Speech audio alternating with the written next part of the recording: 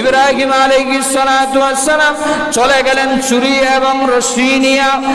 আর মক্কা নগরীতে যাওয়ার পরে মিনা ময়দানে যখন মিনা পর্বতের গুহায় গেলেন, গিয়া দেখেন সন্তানেরা খেলাধুলা করতেছে। ডাক দিয়ে বলেন, তোমরা ইসমাইল নামে কাউকে চিনো নাকি? লোকেরা বলে, না, আমরা ইসমাইল নামে কাউকে চিনি না, তবে ওই পর্বতের গুহায় একটা সন্তান বসে বসে আকাশের তারকা গণে আর বলে, এটা আমার আব্বু, এটা আমার আব্বু। ইব্রাহিম আলাইহিস সালাতু ওয়াস সালামের অন্তরে মায়া আর কান্নার আওয়াজ একত্রিত হয়ে গেল। কান্না আর মায়া দুটোটা একত্রিত হয়ে গেল। মনে মনে মনরে বুঝায়, সন্তানের মায়া ত্যাগ করতে হবে আল্লাহর ভালোবাসা পাইতে হলে। ইসমাইলকে ডাক দিয়ে বলে, ইসমাইল আসো, তুমি ঘোড়ায় ওঠো, তোমার মায়ের কাছে যাব, আমি তোমার বাবা ইব্রাহিম। ইসমাইল আলাইহিস সালাতু ওয়াস সালাম আনন্দে আত্মহারা হয়ে গেলেন। এতদিন যার জন্য কান্নাকাটি করেছি, আমার বাবা আমাকে কুলে নিয়েছেন, কত আনন্দ, কত মায়া। এমনি ইব্রাহিম খলিলুল্লাহ সন্তানকে নিয়ে হাজেরার ঘরে যখন রওনা হলেন, হাজেরার ঘরে গিয়ে সালাম দিলেন, আসসালামু আলাইকা ইয়া আহলাল বাইত। ঘরের ভিতরে কে আছো? সালাম গ্রহণ করো। ইব্রাহিম আলাইহিস সালাম খেয়াল করে দেখেন না, মা হাজেরা আলাইহাস সালাম ঘর থেকে বাইর হয়ে সালাম বিনিময় করলেন। এমনি হাজেরা ডাক দিয়ে বলে, সন্তান ইসমাঈল,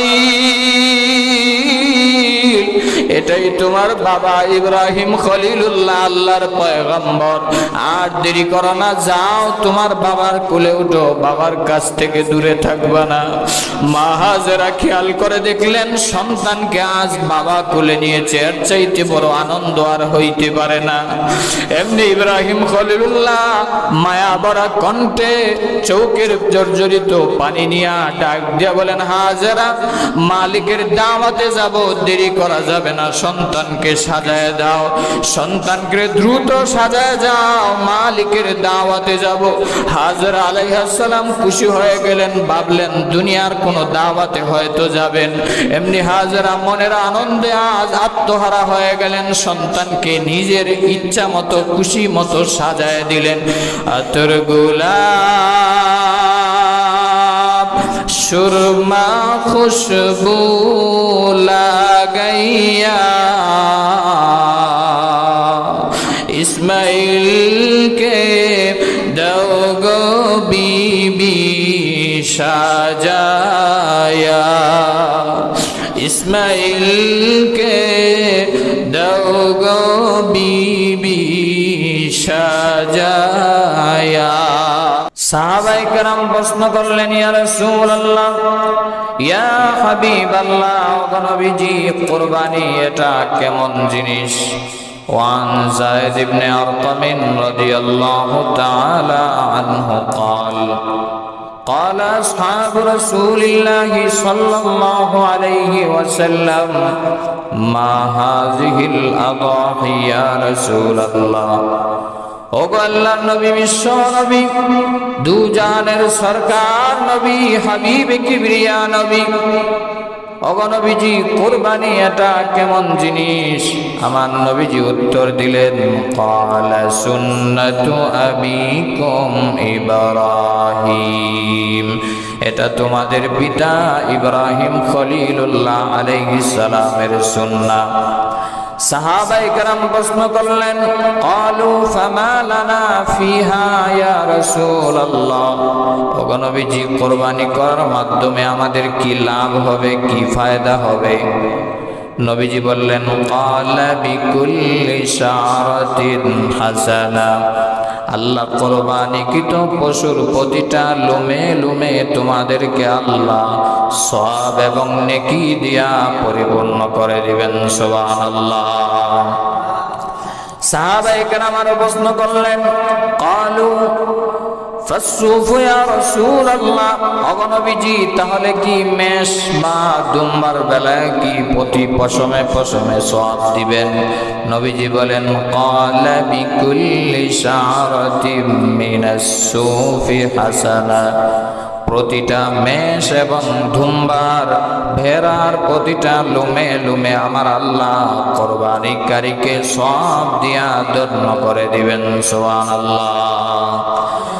শুধু তা নয়, রে পৃথিবীবাসীরা, কলিজার টুকরা যুবক ভাইয়েরা আমার, মুমিন মুসলমান ভাই এবং পর্দার অন্তরালের বোনেরা, ভালো করে খেয়াল করে শুনবা, কোরবানি দিলে কি লাভ হবে, কি ফজিলত হবে। আল্লাহর হাবিব বিশ্ব নবী রাহমাতুল লিল আলামিন বলেন, কিয়ামতের কঠিন ময়দানে কোরবানিকৃত পশু আপনার সামনে দাঁড়ায় যাবে। লিকুরুনিহা ওয়া শাআরিহা ওয়া আজফারিহা। যে পশুটা আপনি কোরবানি করলেন, জবাই করলেন আল্লাহর রাস্তায়, সেই পশুটা আমার আল্লাহ কিয়ামতের দিন হাসরের ময়দানে তার লুম সহ, তার কুর সহ, তার শিং সহ সরাসরি কিয়ামতের দিন তার সামনে দাঁড় করায় দিবেন।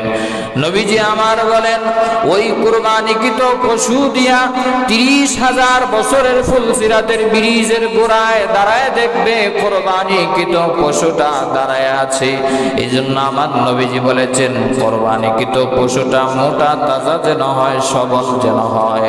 কারণ কিয়ামতের দিন ফুলসিরাতের মাঠ পার হইতে হবে কোরবানির পশুর উপর সওয়ার হইয়া। আমার নবীজি বলেন, যেই ব্যক্তি আল্লাহকে খুশি করার জন্য, তাকওয়া হাসিল করার জন্য কোরবানি দিবে, ওই কোরবানিকৃত পশুটা ফুলসিরাতের গোড়ায় দাঁড়ায় থাকবে, আর সওয়ার হওয়ার সাথে সাথে বিজলির ন্যায় তাকে জান্নাতে পৌঁছায় দিবে। সুবহানাল্লাহ। এই জন্য কলিজার টুকরা যুবক ভাইয়েরা আমার, ও পর্দার অন্তরালের মা, ভালো করে খেয়াল করে শুনবা, কোরবানি নামক ইবাদত এটা শুধুমাত্র গোশত খাওয়া ইবাদত নয়, শুধুমাত্র পশু জবাই করা নয়। আদম আলাইহিস সালাম থেকে শুরু করে সমস্ত নবী পয়গম্বরেরা এই কুরবানি দিয়েছেন। নূহ নবী কুরবানি দিয়েছেন, শীষ নবী কুরবানি দিয়েছেন, দাউদ আলাইহিস সালাম কুরবানি দিয়েছেন, সুলাইমান আলাইহিস সালাম কুরবানি দিয়েছেন, মূসা আলাইহিস সালাম কুরবানি দিয়েছেন, ঈসা নবী কুরবানি দিয়েছেন, আমাদের নবীজি কুরবানি দিয়েছেন, ইব্রাহিম খলিলুল্লাহ আলাইহিস সালাম কুরবানি দিয়েছেন। কিন্তু ইব্রাহিম খলিলুল্লাহ আলাইহিস সালামের কুরবানি এটা ছিল একটু ভিন্ন রকম। তাম পৃথিবীবাসীকে আল্লাহ শিক্ষা দেওয়ার জন্য ইব্রাহিম খলিলুল্লাহকে হাজার হাজার পরীক্ষার সম্মুখীন করেছেন। ইব্রাহিম খলিলুল্লাহ প্রত্যেকটা পরীক্ষায় ফার্স্ট ডিভিশনে পাস করেছেন। চিৎকার দিয়ে বলেন আল্লাহু আকবার। আল্লাহ রাব্বুল আলামিন ডাক দিয়ে বলেন, রে ইব্রাহিম খলিলুল্লাহ, তুমি যদি খলিল হইতে চাও, আমার বন্ধু যদি হইতে চাও, তাহলে তোমাকে পরীক্ষা দিতে হবে, তোমাকে বিশাল বিশাল পরীক্ষার সম্মুখীন হইতে হবে। প্রথমত ইব্রাহিম খলিলুল্লাহ উনি ছিলেন একজন আজদ ঠাকুরের সন্তান, হিন্দু একজন পাদ্রী ঠাকুরের ঘরে জন্ম নিয়েছেন। ওনার বাবা মূর্তি নির্মাণ করত, মূর্তি বাজারে বেচা কেনা করত। আজদ ঠাকুর মূর্তি ব্যাপারী ছিল, মূর্তি বেচা কেনা করত। আজদ ঠাকুর মূর্তি বেচা কেনা করতে করতে একটা পর্যায়ে নমরুদের খুব কাছের হয়ে গেল, প্রিয় হয়ে গেল। আজরের কাছে সব কিছু দায়িত্ব দিল নমরুদ। ঘটনাক্রমে একদিন সবাই মেলায় চলে গেল, মেলায়। আর অপরদিকে তাদের 360টা দেব দেবীকে ইব্রাহিম খলিলুল্লাহ একাধারে ভেঙ্গে চুরমার করে দিলেন। বড় ঠাকুরের মাথায়, বড় মূর্তির মাথায় ইব্রাহিম খলিলুল্লাহ কোরালটা রেখে দিলেন। মেলা সেরে আসার পরে সমস্ত লোকেরা নমরুদের কাছে বিচার দায়ের করল, জাহাপনা, আমরা মেলায় চলে গেলাম, অপরদিকে আমাদের ক্ষুধার কে জানি 12টা বাজায় দিছে। ইব্রাহিম খলিলুল্লাহকে খবর দেওয়া হলো। লোকেরা ডাক দিয়া বলে, আজর পুত্র ইব্রাহিম এলাকায় ছিল, সবাই চলে গিয়েছিল। ইব্রাহিম খলিলুল্লাহকে ডাক দেওয়া হলো। ইব্রাহিম আলাইহিস সালাম এসে বললেন, জাহাপনা, আমাকে ডাক দেওয়ার তো কোনো কারণ নাই, কারণ যেই মূর্তির কাঁধে কোরালটা রাখা আছে সেই মূর্তিকেই জিজ্ঞাসা করেন কে আপনাদের খোদার এই 12টা বাজাইছে। এমনি নমরুদের মাথা গরম হয়ে গেল, ডাক দিয়া বলে, ইব্রাহিম তুমি কি আমার সাথে মস্কারি করো নাকি? মূর্তি কি কোনোদিন কথা বলতে পারে নাকি? কোনোদিন সে জবাব দিতে পারবে নাকি? আল্লাহর খলিল ইব্রাহিম ডাক দিয়া বলে, রে তামাম পৃথিবীর বাদশা জালেম নমরুদ, যদি সে কথাই না বলতে পারে, জবাব না দিতে পারে, তাহলে সে খোদা হয় কিভাবে? আমার আল্লাহ এমন আল্লাহ যিনি তো কথাও বলতে পারে, নড়াচড়াও করতে পারে, কিন্তু ঘুমায় না। তোমাকে যিনি বানাইলো, আমাকে যিনি সৃষ্টি করলো, তামাম পৃথিবী কুল কায়নাত যিনি সৃষ্টি করলো, তিনি হলেন আমার আল্লাহ। ও নমরুদ, মূর্তি পূজা ছাড়ো আর এক আল্লাহর প্রতি ঈমান আনো। জোরে বলেন না আল্লাহু আকবার। ইব্রাহিম খলিলুল্লাহ নমরুদ কি কালিমার দাওয়াত দিলেন। নমরুদের মাথা গরম হয়ে গেল, ডাক দিয়া বলে, আমার খোদার সাথে এত বড় মস্কারি, আমি নমরুদের সাথে এত বড় বেয়াদবি কখনো সহ্য করা যাবে না। সে ইব্রাহিম খলিলুল্লাহকে মারার জন্য বিশাল বড় অগ্নিকুণ্ড সাজাইল। তাফসিরে মাযহারি আল্লামা কাজী সানাউল্লাহ ফানিপতি রহমাতুল্লাহি আলাইহি উল্লেখ করে দেয়, বিশাল 30 একর জায়গার ভিতরে অগ্নিকুণ্ডের ব্যবস্থা করলো। আল্লাহর খলিল ইব্রাহিমকে আগুনে জ্বালায়া শেষ করে দিবে, নমরুদের দুশমনকে শেষ করে দিবে। ইব্রাহিম আলাইহিস সালামের পরীক্ষা আবার শুরু হয়ে গেল। আল্লাহ বলতে চায়, ও ইব্রাহিম, তুমি তোমার প্রাণের চাইতে আমি আল্লাহকে ভালোবাসো বেশি না তোমাকে বেশি ভালোবাসো? বিশাল আগুনের ব্যবস্থা করলো। তাফসিরে মাযহারি আল্লামা সানাউল্লাহ ফানিপতি রহমতুল্লাহি আলাইহি বলেন, 30 হাত উঁচা ওয়াল দিয়া প্রায় 2 মাস পর্যন্ত লাকড়ির ব্যবস্থা করে আগুন ধরায় দিল। এই আগুন এত তেজিওয়ালা আগুন ছিল, উপর দিয়ে একটা পাখি উড়ে গেলেও ছাই হয়ে যেত। নমরুদ চিন্তা করলো কিভাবে আল্লাহর খলিল ইব্রাহিমকে আগুনে ফালানো যায়। এই জন্য একটা চরক গাছ নির্মাণ করলো। চরক গাছের ভিতরে তাকে উঠাইয়া আগুনের ভিতরে ফালাইয়া দিবে, আল্লাহর খলিল ইব্রাহিমকে জ্বালায় দিবে। তামাম আকাশকুল সমস্ত ফেরেশতারা ভেগ ধরে তাকায় আছে, আল্লাহর আরশের সমস্ত ফেরেশতারা তাকায় আছে। আল্লাহর খলিল ইব্রাহিমকে জালেম শাসক নমরুদ তাকে আগুনে ফালায়া হত্যা করে নিক্ষেপ করবে। কলিজার টুকরা যুবক ভাইরা আমার, ইব্রাহিম খলিলুল্লাহর পরীক্ষা শুরু হয়ে গেল। চতুর্দিকে হাজারো মানুষ দাঁড়ায় আছে। চরক গাছ ধরে যখন টান দেয় ইব্রাহিম খলিলুল্লাহকে আগুনে ফালানোর জন্য, কিন্তু আগুনের ফালাইবে দূরের কথা, চরক গাছ নড়ে না, চরক গাছ নড়ে না। এমনি নমরুদকে শয়তান এসে বলে, ও নমরুদ, তুমি তোমার বাহিনী, পুলিশ বাহিনী, সেনাবাহিনী সহ চেষ্টা করলেও চরক গাছ নাড়াইতে পারবা না, কারণ এই চরক গাছে আল্লাহর রহমতি হাজারো ফেরেশতা ধরে আছে ইব্রাহিম খলিলুল্লাহকে আগুন থেকে বাঁচাইবার জন্য। সুবহানাল্লাহ। এমনি নমরুদকে শয়তান এসে প্রতারণা করে দুষ্ট বুদ্ধি দিল, নমরুদ, তুমি যদি আল্লাহর খলিল ইব্রাহিমকে আগুনে ফালাইতে চাও, তাহলে তুমি উলঙ্গ বেহায়াপনা চালু করে দাও। এইভাবে অশ্লীল যুবতী নারীদেরকে চতুর্দিকে সারিবদ্ধ করে উলঙ্গ অবস্থায় দাঁড় করায় দিল। তারপরেও চরক গাছ নড়ে না। নমরুদকে শয়তান এসে বলে, এবারে আল্লাহর খলিল ইব্রাহিমকে তুমি পরনের কাপড় খুলে দাও, উলঙ্গ করে দাও। যদি উলঙ্গ করতে পারো, ফেরেশতা চলে যাবে, তুমি আল্লাহর খলিল ইব্রাহিমকে আগুনে ফালায়া মারতে পারবা না। আউযুবিল্লাহ। এবারে কোনো মানুষ নমরুদের ডাকে আসতে চায় না। কে ইব্রাহিম খলিলুল্লাহর কাপড় খুলবে, পরনের কাপড় খেয়ে খুলবে? কার এত বড় পাওয়ার? কেউ আসতে চায় না।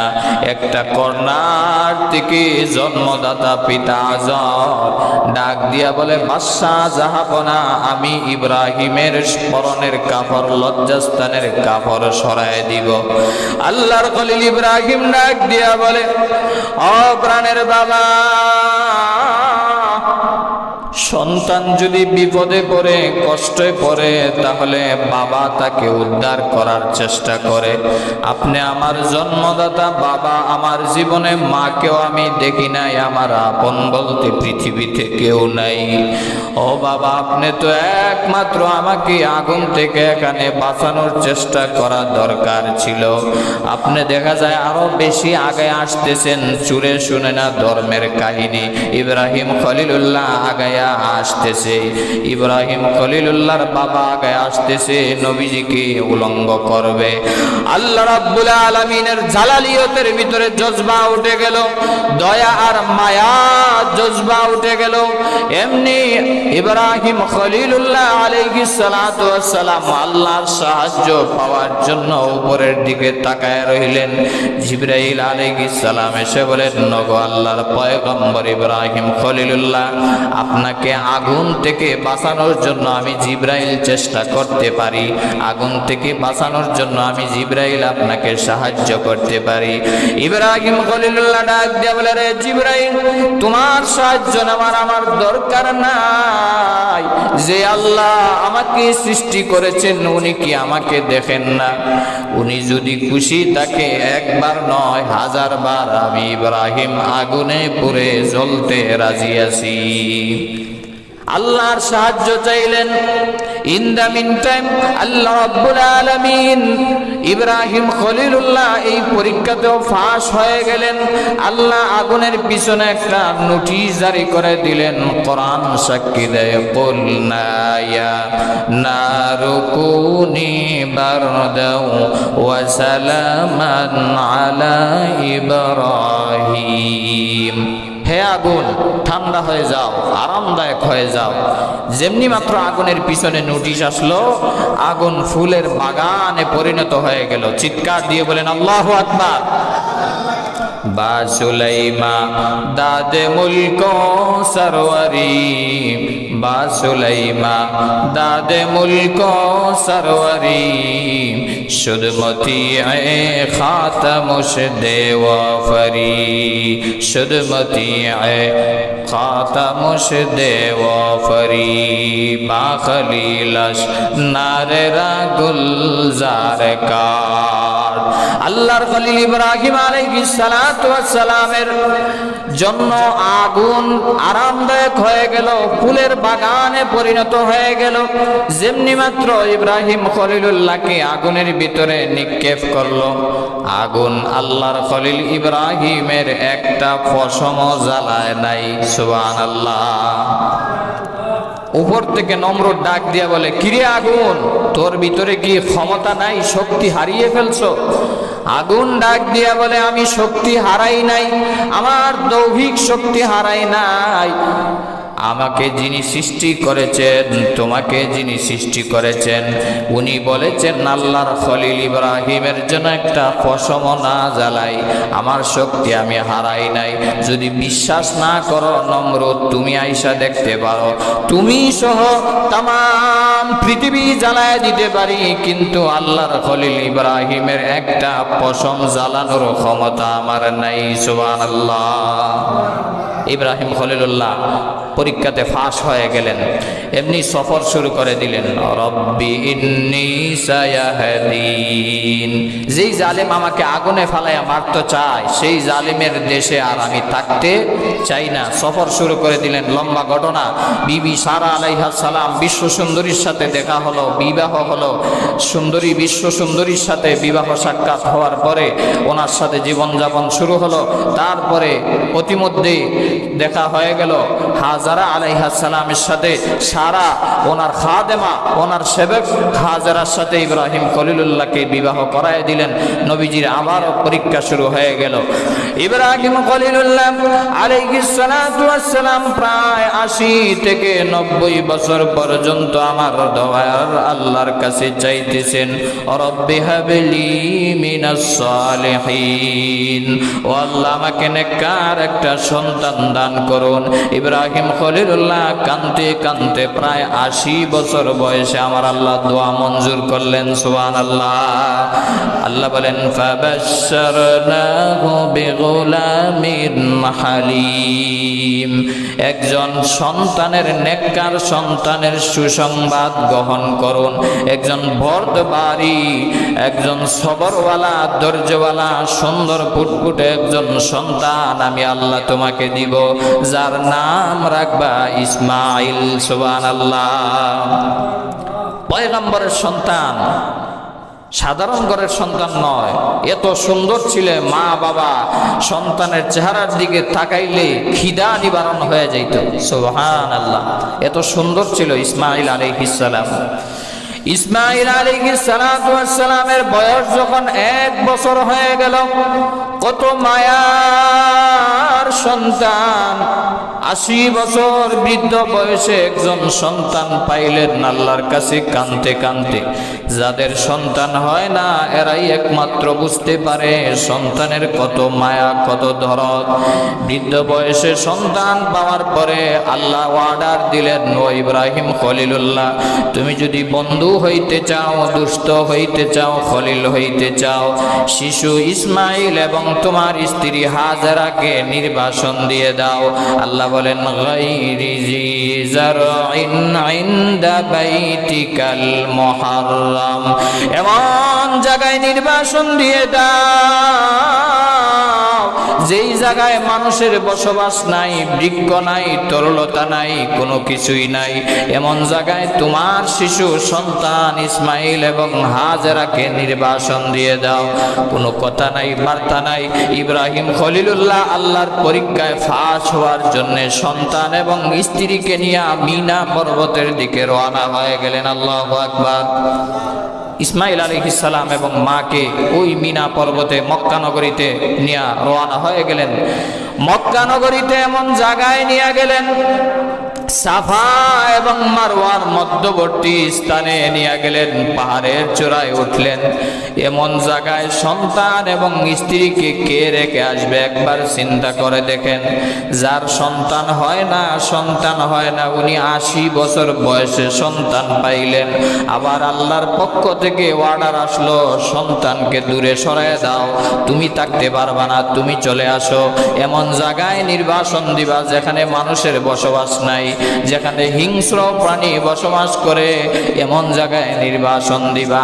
ইব্রাহিম খলিলুল্লাহ মা হাজেরা আলাইহিস সালাম এবং শিশু ইসমাইলকে রেখে আসার সময় হাজেরা ডাক দিয়া বলতেছেন, প্রাণের স্বামী আমার,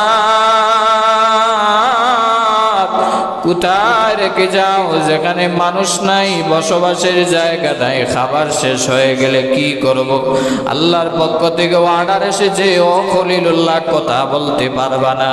ইব্রাহিম খলিলুল্লাহ আলাইহিস সালাম পিছন দিকেও তাকায় না, কোনো কথাও বলে না। এমনি হাজেরা ডাক দিয়া বলে, নো প্রাণের স্বামী আমার, আপনি যে এখানে রাইকা যাইতেছেন এটা কি আপনার আল্লাহর অর্ডার নাকি? এমনি ইব্রাহিম খলিলুল্লাহ উপর দিকে আঙ্গুল দিয়া ইশারা করলেন, এটা আমার রবের হুকুম, রবের পরীক্ষায় আমি ফেল করতে পারবো না, এই জন্য তোমাদেরকে আমি বিনা কথায় বিনা নোটিশে আল্লাহর হুকুমে তোমাদেরকে এখানে রেখে যাচ্ছি। সুবহানাল্লাহ। মা হাজেরা আলাইহিস সালাম সন্তানকে এমন ভাবে লালন পালন করলেন, কষ্ট করে এমন ভাবে সন্তানকে বড় করলেন, এমন ভাবে সন্তানকে বড় করলেন, এমন ভাবে হাজেরা আলাইহিস সালাম নিজের সন্তান ইসমাইলকে বড় করলেন যেখানে মানুষের বসবাস নাই, যেখানে কোনো খাবারের ব্যবস্থা নাই, একটা পর্যায়ে খাবার শেষ হয়ে গেল, বুকের দুধও শুকায় গেল। হাজরা আলাইহিস সালাম কান্তে কান্তে কোথাও পানির ব্যবস্থা পাইতেছেন না, খাবারের ব্যবস্থা পাইতেছেন না। অপরদিকে শিশু ইসমাইল কান্তে কান্তে বেহুশ হয়ে গেছে। হাজরা আলাইহিস সালাম দূরে মারওয়া পাহাড়ের দিকে তাকায় দেখেন বালু চিকচিক করতেছে। মনে মনে আনন্দিত হলেন, মনে হয় এখানে গেলে পানি পাবো। রৌদ্রের আলো যখন বালুর ভিতরে পড়ে বোঝা যায় এখানে পানি আছে। দৌড়ায় গিয়া দেখেন না, এখানে পানি নাই। আবারও কাঁদতে কাঁদতে পাগল নিবেশে আওলাকে সে আবারও চলে আসলেন।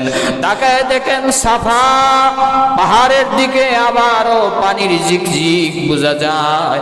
দৌড় দিলেন, দৌড় দিয়া সেখানে গিয়া দেখেন পানি নাই, সেখানেও বালু চিকচিক করতেছে। আমার আল্লাহ বলেন ইন্নাস সাফা ওয়াল মারওয়াতা মিন শাআইরিল্লাহ।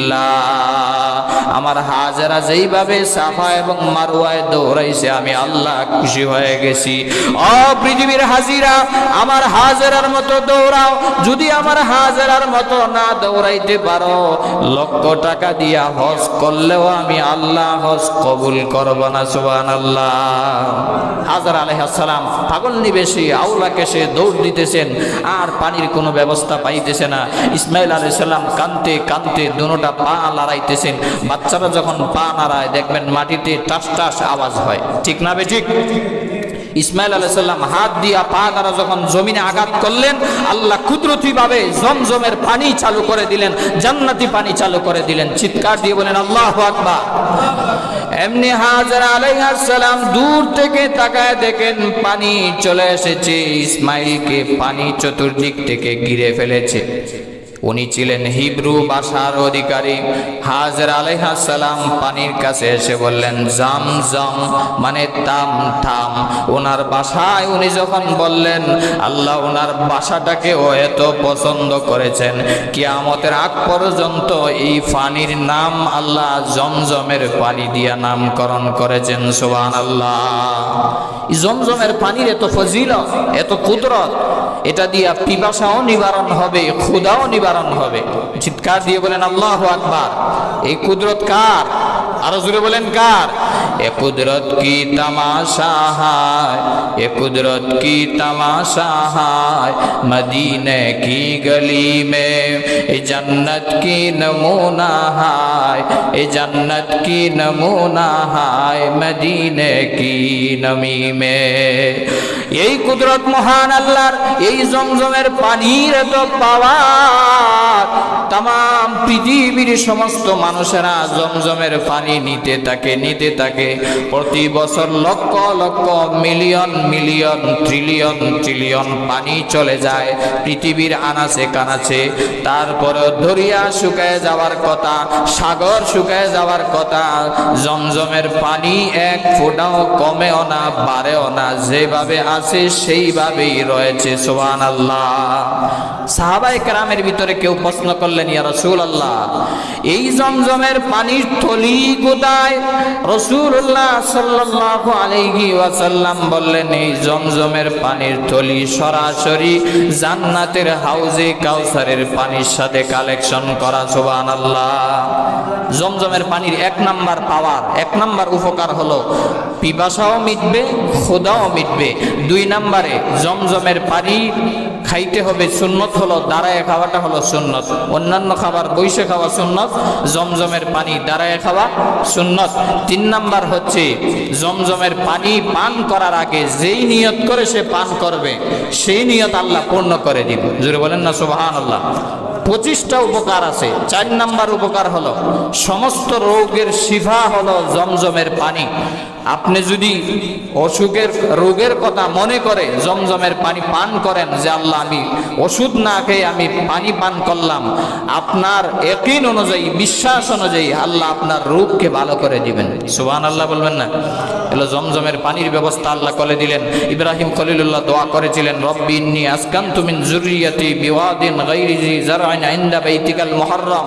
আয় আল্লাহ, আমার সন্তান ইসমাইলকে আমার স্ত্রী হাজরাকে রেখে গেলাম, এখানে মানুষ মানুষ নাই, আপনি মানুষের ব্যবস্থা করে দিবেন, খাবারের ব্যবস্থা করে দিবেন, রিজিকের ব্যবস্থা করে দিবেন। আমার আল্লাহ দোয়াকে এমন মঞ্জুর করলেন, এই ইব্রাহিম খলিলুল্লাহর ওরস জাত থেকে আমাদের নবী, বিশ্ব নবী রাহমাতুল লিল আলামিনকে ইব্রাহিম খলিলুল্লাহর ওরস জাত থেকে আল্লাহ সৃষ্টি করলেন। সুবহানাল্লাহ। ইব্রাহিম খলিলুল্লাহর দোয়াকে আল্লাহ এমন মঞ্জুর করলেন, তাম পৃথিবীর শ্রেষ্ঠ জায়গা বানায় দিলেন মক্কাতুল মুকাররমা। এখানে মানুষের বসবাসের জায়গা ছিল না, কিন্তু এখানেই বর্তমানে পৃথিবীর সবচেয়ে বেশি মানুষ বসবাস করে, ঠিক না বেঠিক? এখানে খাবারের কোনো ব্যবস্থা ছিল না, কিন্তু এমন ভাবে আল্লাহ খাবারে বরকত দিলেন, এখানে পৃথিবীর সবচেয়ে বরকতওয়ালা খাবার পাওয়া যায়। এমনকি মক্কা নগরীর পাশেই তায়েফ নগরী, এই তায়েফে আল্লাহ এমন বরকত দিলেন জিবরাইল আলাইহিস সালাতু ওয়াস সালামের মাধ্যমে, এমন ভাবে আল্লাহ বরকত দিলেন। এই তায়েফ নগরীতে একটা বাগান আছে, একটা এলাকা আছে যেখানে 12 মাস ফল হইতে থাকে। 12 মাস ফল হবে, 12 মাস ফল হবে। সুবহানাল্লাহ বলবেন না? ইব্রাহিম খলিলুল্লাহ দোয়া করেছিলেন, ওয়ারযুকহুম, আল্লাহ এমন ব্যবস্থা, রিজিকের ব্যবস্থা করেন। আল্লাহ অঢাল রিজিকের ব্যবস্থা করে দিয়েছেন এই সৌদি আরবে মক্কার প্রান্তরে ইব্রাহিম খলিলুল্লাহর দোয়ার মারফতে। ইব্রাহিম খলিলুল্লাহ আবারও দোয়া, আবারও পরীক্ষায় ফাঁস হয়ে গেলেন। এখানেও মানুষের বসবাস শুরু হয়ে গেল, স্ত্রী এবং শিশুকে নিয়ে লালন পালন করা শুরু করলেন। একটা পর্যায়ে ইসমাইল আলাইহিস সালাতু ওয়াস সালামের বয়স যখন 6 থেকে 7 বছর হলো। কত বছর? 6 থেকে 7 বছর। আল্লাহ রাব্বুল আলামিন বলেন, ফালাম্মা বালাগা মাআহুস সা'য়া ক্বালা ইয়া বুনাইয়া ইন্নী আরা ফিল মানামি আন্নী আযবাহুকা ফানজুর মাযা তারা। ইব্রাহিম আলাইহিস সালাতু ওয়াস সালামের সন্তান যখন বাবার সাথে হাঁটার বয়স হয়ে গেল, বাবার সাথে চলার যখন বয়স হলো, আল্লাহর খলিল ইব্রাহিমের অন্তরে কত মায়া।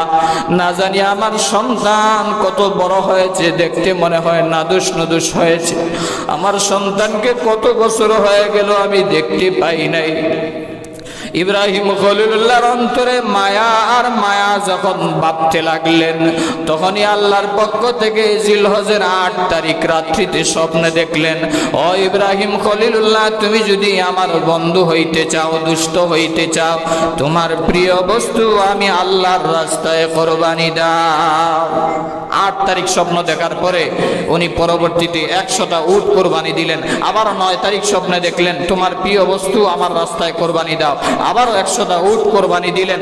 আবারও 10ম তারিখ 10ই জিলহজ স্বপ্নে দেখলেন, তোমার প্রিয় বস্তু আমি আল্লাহর রাস্তায় কোরবানি দাও।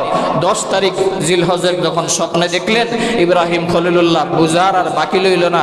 উনি তো আল্লাহর পয়গম্বর, উনি আল্লাহর নবী, উনি আল্লাহর পয়গম্বর, আল্লাহর খলিল। উনি বুঝলেন এই 80 বছর বয়সে আমার সবচাইতে প্রিয় এবং মহব্বতের হলো আমার আদরের, আমার কলিজার টুকরা ইসমাইল। ইসমাইলকে আল্লাহ কোরবানি দেওয়ার জন্য আদেশ করে দিয়েছেন। ইসমাইল আলাইহিস সালাতু ওয়াস সালামকে দেখার জন্য যাবেন, কত বড় হয়ে গেল, কিন্তু আল্লাহর যখন ওয়ার্ডার হয়ে গেল, ও ইব্রাহিম খলিলুল্লাহ, তুমি যদি আমার বন্ধু হইতে চাও, খলিল হইতে চাও, তাহলে তোমার আদরের সন্তান, আদরের জিনিস, প্রিয় বস্তু আমার রাস্তায় কোরবানি দিয়ে দাও। ইব্রাহিম খলিলুল্লাহ আর দেরি করলেন না, পরীক্ষা আবারও শুরু হয়ে গেল, ফাইনাল পরীক্ষা। ইব্রাহিম আলাইহিস সালাতু ওয়াস সালাম চলে গেলেন মক্কা নগরীর দিকে, রওনা হয়ে গেলেন শিশু ইসমাইলকে কোরবানি করার জন্য। খেয়াল করে দেখবেন, ইব্রাহিম আলাইহিস সালাতু ওয়াস সালাম একটা রশি নিয়া আর চুরি নিয়া রওনা হয়ে গেলেন সন্তানকে দেখার জন্য।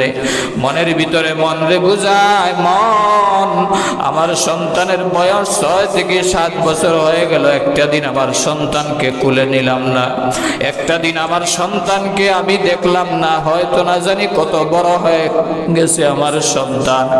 আজ ছেলের সাথে সাক্ষাৎ হবে, কিন্তু ভাগ্যের কত নির্মম পরিহাস, ছেলের সাথে সাক্ষাৎ হবে ছুরি দিয়া আর দড়ি দিয়া। এইভাবে রশিয়ার চাকুনিয়া চলে গেলেন মক্কা নগরীতে। সুদূর শাম দেশ থেকে মক্কা নগরীর দিকে রওনা হয়ে গেলেন ইব্রাহিম খলিলুল্লাহ সন্তানকে জবাই করার জন্য। সন্তানের মায়া ত্যাগ করতে হবে, স্ত্রীর মায়া ত্যাগ করতে হবে আল্লাহর ভালোবাসা পাওয়ার জন্য। ইব্রাহিম খলিলুল্লাহ এটাই প্রকাশ করলেন, এমন ভালোবাসা আল্লাহর অন্তরে ছিল। ইব্রাহিম আলাইহিস সালাতু ওয়াস সালাম চলে গেলেন ছুরি এবং রশি নিয়ে। আর মক্কা নগরীতে যাওয়ার পরে মিনা ময়দানে যখন মিনা পর্বতের গুহায় গেলেন, গিয়া দেখেন সন্তানেরা খেলাধুলা করতেছে। ডাক দিয়ে বলেন, তোমরা ইসমাইল নামে কাউকে চিনো নাকি? লোকেরা বলে, না, আমরা ইসমাইল নামে কাউকে চিনি না, তবে ওই পর্বতের গুহায় একটা সন্তান বসে বসে আকাশের তারকা গণে আর বলে, এটা আমার আব্বু, এটা আমার আব্বু বলে সারাদিন সারা রাত কান্না করে। ইব্রাহিম খলিলুল্লাহ বুঝার বাকি লইল না, এটাই আমার আদরের দুলালি, আমার কলেজার টুকরা ইসমাইল, এটাই হবে। উনি গোড়ার লাগামটা সেভ করে গোলাকে রাইকা উনি চলে গেলেন ওই জায়গায়। পর্বতের গুহায় উঠে দেখেন ইসমাইল আলাইহিস সালাম কান্না করে করে আকাশের তারকা গণতেছে। এমনি ডাক দিয়ে বলেন, এ সন্তান, তোমার নাম কি? ইসমাইল। উনি বলে, হ্যাঁ, আমার নাম ইসমাইল। ইব্রাহিম আলাইহিস সালাতু ওয়াস সালামের অন্তরে মায়া আর কান্নার আওয়াজ একত্রিত হয়ে গেল। কান্না আর মায়া দুটোটা একত্রিত হয়ে গেল। মনে মনে মনরে বুঝায়, সন্তানের মায়া ত্যাগ করতে হবে আল্লাহর ভালোবাসা পাইতে হলে। ইসমাইলকে ডাক দিয়ে বলে, ইসমাইল, আসো, তুমি ঘোড়ায় ওঠো, তোমার মায়ের কাছে যাব, আমি তোমার বাবা ইব্রাহিম। ইসমাইল আলাইহিস সালাতু ওয়াস সালাম আনন্দে আত্মহারা হয়ে গেলেন। এতদিন যার জন্য কান্নাকাটি করেছি, আমার বাবা আমাকে কুলে নিয়েছেন, কত আনন্দ, কত মায়া। এমনি ইব্রাহিম খলিলুল্লাহ সন্তানকে নিয়ে হাজেরার ঘরে যখন রওনা হলেন, সন্তান ডাক দিয়া বলে, বাবা এতদিন কোথায় ছিলেন? এই 10টা বছর 60টা বছর কোথায় ছিলেন? আপনি কি জানেন আমার মা আমাকে লালন পালন করতে গিয়ে কত কষ্ট স্বীকার করেছে? আমার মা হাজেরা পানি না পাওয়ার জন্য একবার সাফায় দৌড়াইছে, আবার মারোয়ায় দৌড়াইছে। আমার মা আমাকে পাগল নিবেশে আউলাকে সেই কষ্ট করে আমাকে লালন পালন করেছে। ইব্রাহিম খলিলুল্লাহ যত কদম বাড়ায় ততই যেন বুকটা ফেটে যাচ্ছে। হাজেরার ঘরে গিয়ে সালাম দিলেন, আসসালামু আলাইকা ইয়া আহলাল বাইত, ঘরের ভিতরে কে আছো? সালাম গ্রহণ করো। ইব্রাহিম আলাইহিস সালাম খেয়াল করে দেখেন না, মা হাজেরা আলাইহিস সালাম ঘর থেকে বাইর হয়ে সালাম বিনিময় করলেন। এমনি হাজেরা ডাক দিয়া বলে, সন্তান ইসমাইল, এটাই তোমার বাবা ইব্রাহিম খলিলুল্লাহ, আল্লাহর পয়গম্বর। আর দেরি করো না, যাও তোমার বাবার কোলে উঠো, বাবার কাছ থেকে দূরে থাকবা না। মা হাজেরা খেয়াল করে দেখলেন সন্তানকে আজ বাবা কোলে নিয়েছে, এর চাইতে বড় আনন্দ আর হইতে পারে না। এমনি ইব্রাহিম খলিলুল্লাহ মায়া ভরা কণ্ঠে চৌকের জর্জরিত পানি নিয়ে ডাক দিয়া বলেন, হাজেরা, মালিকের দাওয়াতে যাব, দেরি করা যাবে না, সন্তানকে সাজায় দাও, সন্তানকে দ্রুত সাজায় যাও, মালিকের দাওয়াতে যাব। হাজেরা আলাইহিস সালাম খুশি হয়ে গেলেন, ভাবলেন দুনিয়ার কোনো দাওয়াতে হয়তো যাবেন। এমনি হাজেরা মনের আনন্দে আজ আত্মহারা হয়ে গেলেন, সন্তানকে নিজের ইচ্ছা মতো খুশি মতো সাজায় দিলেন। আতর গোলাপ সুরমা খুশবু লাগাইয়া ইসমাইলকে দাও গো বিবি সাজায়া, ইসমাইলকে দাও গো বিবি সাজায়া। ইব্রাহিম আলাইহিস সালাতু ওয়াস সালাম ডাক দিয়ে বলেন, ও হাজেরা, দেরি করা যাবে না, মালিকের দাওয়াতে যাব। ছেলেকে দ্রুত সাজায় দাও। মা হাজেরা ছেলে ইসমাইলকে দ্রুত সাজায় দিলেন, জুব্বা পরিধান করে পাগড়ি লাগায়া। আজকে বাবার সাথে দাওয়াতে যাবে। প্রতিমধ্যে যখন মিনা পর্বতের গুহায় গেলেন, যেখানে হাজিরা কোরবানি করে, ইন টাইম শয়তানের মাথা গরম হয়ে গেল। আজকে যদি আল্লাহর খলিল ইব্রাহিম পরীক্ষায় ফাঁস হয়ে যায়, পৃথিবীতে সবাই মুসলমান হয়ে যাবে। শয়তানের মাথা গরম হয়ে গেল। এসে হাজেরাকে আইসা কুমন্ত্রণা দিল, হাজেরা, তুমি জানো নাকি তোমার সন্তান কোথায় যায়? কয়, সন্তান বাবার সাথে দাওয়াতে যাইতেছে। শয়তান ডাক দিয়ে বলে, না, দাওয়াতে যায় না, সন্তানকে নিয়ে যাচ্ছে। তার বাবা তার সন্তানকে হত্যা করবে, জবাই করবে। এমনি হাজেরা আলাইহিস সালাম ডাক দিয়ে বলেন, শয়তান, দূর হয়ে যাও, আমাকে প্রতারণা করবা না। তুমি বাবা কোনোদিন সন্তানকে জবাই করতে পারে না। এমনি হাজেরা আলাইহিস সালামের প্রশ্নের জবাবে শয়তান ডাক দিয়া বলে, ইব্রাহিম পারে, কারণ তার আল্লাহ তাকে অর্ডার দিয়েছেন। এমনি হাজেরা আলাইহিস সালাম কত সতী মহিলা ছিলেন, কত দিনদার আল্লাহওয়ালা মুত্তাকি মহিলা ছিলেন। ডাক দিয়া বলে, ও শয়তান, আল্লাহ যদি অর্ডার করে থাকে এরকম একটা ইসমাইল নয়, আমার সন্তান 1000টা ইসমাইল আল্লাহর রাস্তায় কোরবানি দিতে আমি কোনটা বুট করব না? সুবহানাল্লাহ। কাদিরে কুদরত দারি বরকামাল, কাদিরে কুদরত দারি বরকামাল, আনতা রব্বি আনতা হাসবি জুল জালাল। জোরে বলেন আল্লাহু আকবার। শয়তান যখন হাজেরাকে ধোঁকা দিয়ে পারল না, শয়তান চলে গেল ইসমাইলের কাছে। ও ইসমাইল, জানো নাকি তোমার বাবা তোমাকে জবাই করার জন্য নিয়ে যাচ্ছে? এমনি ডাক দিয়ে বলে, বাবা, আপনি আমাকে জবাই করার জন্য নিয়ে যাচ্ছেন নাকি? বাবা ডাক দিয়ে বলে, ইসমাইল, এটা শয়তান, পাথর নিক্ষেপ করো। এইভাবে 3 জায়গায় ধোঁকা দিয়েছিল, 3 জায়গায় আল্লাহ এমন ভাবে কবুল করেছেন। ডাক দিয়ে বলে, পৃথিবীর হাজিরা, তোমরা হজ করতে আসলে আমার ইসমাইলের মতো, ইব্রাহিমের মতো পাথর নিক্ষেপ করবা শয়তানকে, আর না হয় তোমাদের হজ আমি আল্লাহ কবুল করব না। সুবহানাল্লাহ। ইসমাইল আলাইহিস সালাতু ওয়াস সালামকে নিয়ে বাবা সামনে অগ্রসর হইতে লাগলেন। এমনি পর্বতের গুহায় কোরবানির জায়গায় যখন গেলেন, মিনা পর্বতের গুহায় যখন গেলেন, ডাক দিয়া বলেন, ইন্নী আরা ফিল মানামি আন্নী আলবাহুকা ফানজুর মাযা তারা। ও আমার আদর সন্তান ইসমাইল, আমি স্বপ্নে দেখেছি আমার সন্তান, তোমাকে আমি কোরবানি দিয়েছি, আমি তোমাকে কোরবানি দিয়েছি। তোমার অন্তরের বাসনা কি, তোমার চাওয়া কি, একটু তুমি আমাকে বলো। এমনি ইসমাইল আলাইহিস সালাতু ওয়াস সালাম ডাক দিয়া বলেন, ক্বালা ইয়া আবাতি ফাআল মা তুমার সাতাজিদুনি ইনশাআল্লাহু মিনাস সাবিরিন। আল্লাহু আকবার। ইসমাইল আলাইহিস সালাম ডাক দিয়ে বলেন, আমার প্রাণের আব্বাজান, আল্লাহ যদি আপনাকে অর্ডার করে থাকে, হুকুম করে থাকে, সেকেন্ডও দেরি করবেন না, আমাকে কোরবানি করার জন্য আপনি রেডি হয়ে যান। আমি ধৈর্যশীলদের সাথে আমি থাকব। আমি আপনার কথা এবং আল্লাহর হুকুম পালন করার জন্য 100 আমি রাজি আছি। সুবহানাল্লাহ। আমার আল্লাহ বলেন, ফালাম্মা আসলামা ওয়া তাল্লাহু লিল জাবিন। বাবা আর ছেলে যখন কথায় একত্রিত হয়ে গেলেন, কোরবানি যখন করবেন, ইন দা মিন টাইম আমার আল্লাহ তাকায় দেখেন ইব্রাহিম আলাইহিস সালাম সন্তানকে জবাই করার জন্য রেডি হয়ে গেলেন। ইসমাইল আলাইহিস সালাম ডাক দিয়া বলেন, ন আমার প্রাণের আব্বাজান ইব্রাহিম খলিলুল্লাহ, আমাকে জবাই করার আগে আমাকে একটা কথা ওয়াদা দেন।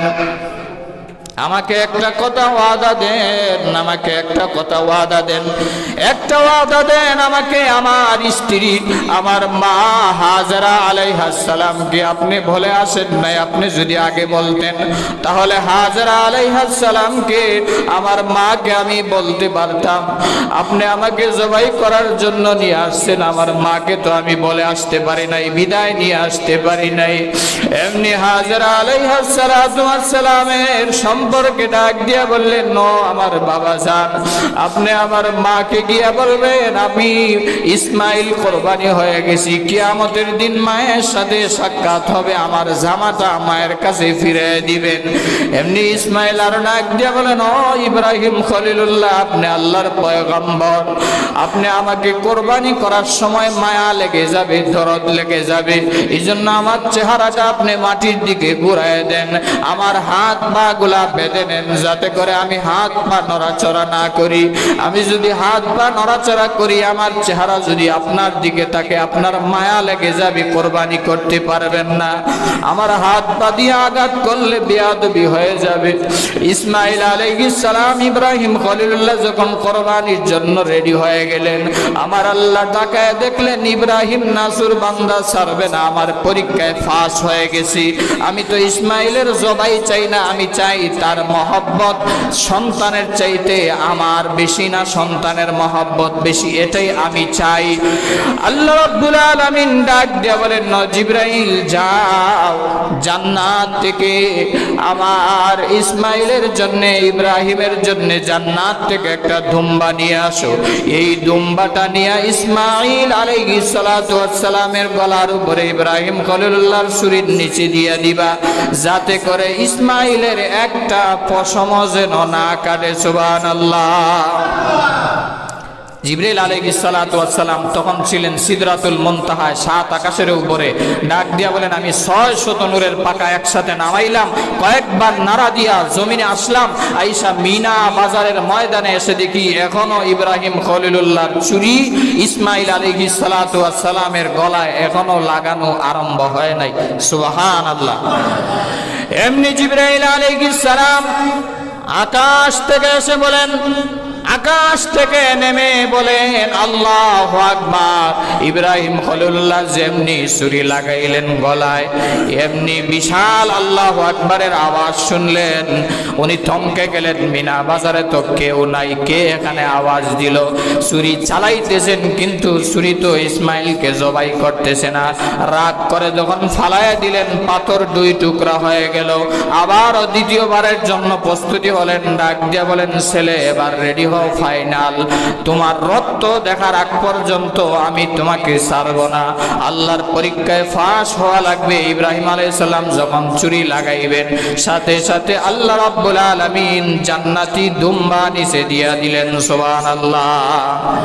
তাকায় দেখেন ছেলে দাঁড়ায় আছে পাশে, আর দুম্বা কোরবানি হয়ে গেল। এমনি আল্লাহ রাব্বুল আলামিন ডাক দিয়া বলেন, কদ সাদ্দাকাতার রুইয়া ইন্না কাযালিকা নাজিল মুহসিনিন। ও আমার খলিল ইব্রাহিম, তুমি তোমার স্বপ্নে ফাঁস করেছো, আর তোমার ছেলেকে কোরবানি দেওয়া লাগবে না।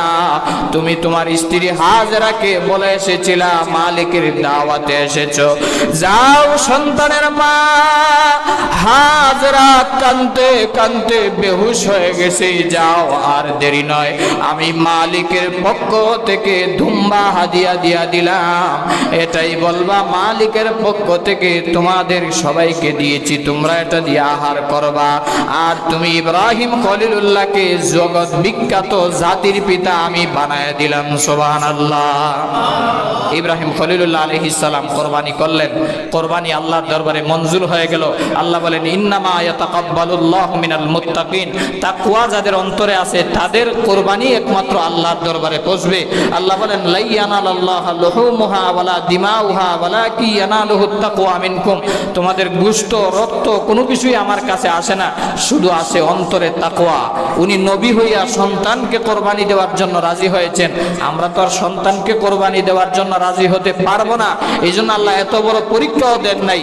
আল্লাহ বলেছেন যাও শেষমেশ কোরবানি, হয়তো একটা ছাগল দিয়া দিবা, একটা খাসি দিয়া দিবা, গরুর ভিতরে 7 অংশের 1 অংশে তুমি শরীক হয়ে যাইবা।